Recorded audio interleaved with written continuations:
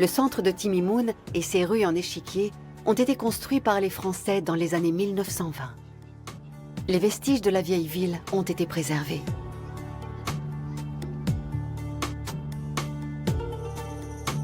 Timimoun est aussi le théâtre d'une fête populaire qui rassemble chaque année jusqu'à 10 000 personnes à l'occasion de l'anniversaire du prophète Mohammed.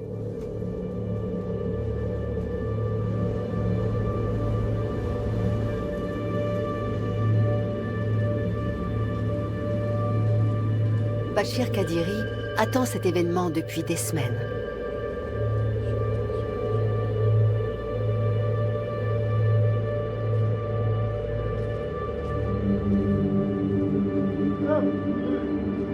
Comment vas-tu?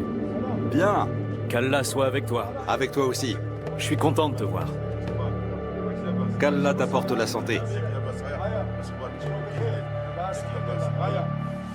Bachir est venu récupérer son fusil. Ce soir, il l'utilisera pour donner le coup d'envoi des célébrations du Esboué. Nous sommes fin prêts pour la fête. Demain, au lieu de faire couler le sang, cette arme fera le bonheur de milliers de gens en rythmant nos danses et nos chants. Ce sera le plus beau jour de l'année. J'ai hâte. Tout va bien se passer. Inch'Allah.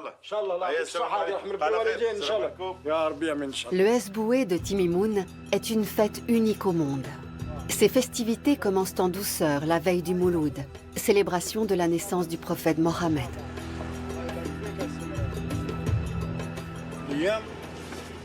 La fête dure une semaine et elle s'intensifie un peu plus chaque jour.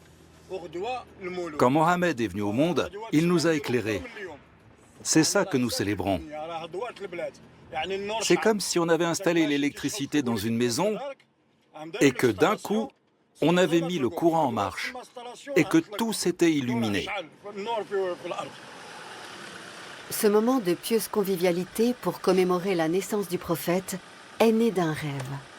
La légende raconte qu'il y a 500 ans, un marabout de la région aurait vu apparaître Mohammed dans son sommeil. Ce dernier lui aurait demandé de célébrer sa date d'anniversaire.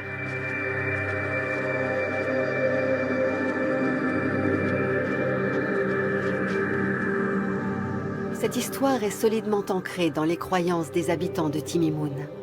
Comme de nombreux fidèles, Bachir a pour habitude d'aller prier devant le mausolée de sa famille la veille de cet événement entre fête et spiritualité.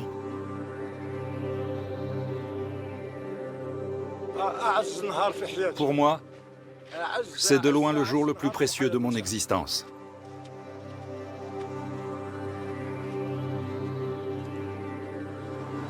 Cette année, Abderrazak, le fils de Bachir, sera lui aussi de la fête. C'est pour chanter demain. Ces livrets contiennent des chansons à la gloire du prophète. Ils ne quitteront pas Bachir pendant les 7 prochains jours. En cette veille de célébration, l'ambiance festive grandit à mesure que s'emplissent les salles de prière, appelées Zaouya.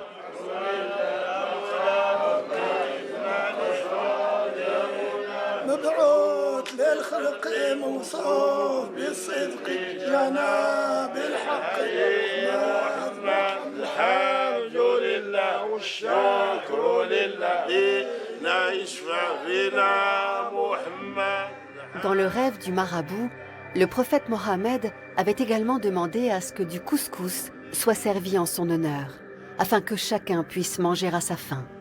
Depuis, la tradition veut que chaque soir du Esboué, de la nourriture soit préparée en abondance et partagée avec le plus grand nombre.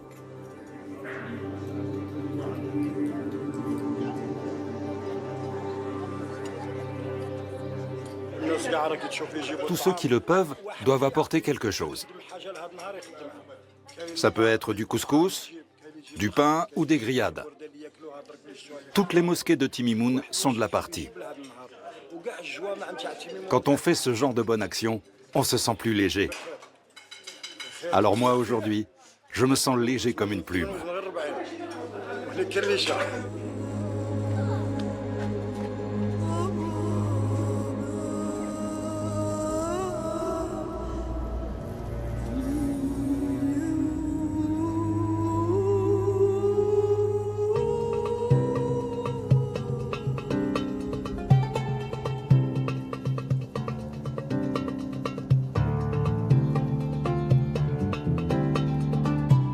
Les gorges d'El-Kantara étaient autrefois une des routes de caravane les plus empruntées du Maghreb.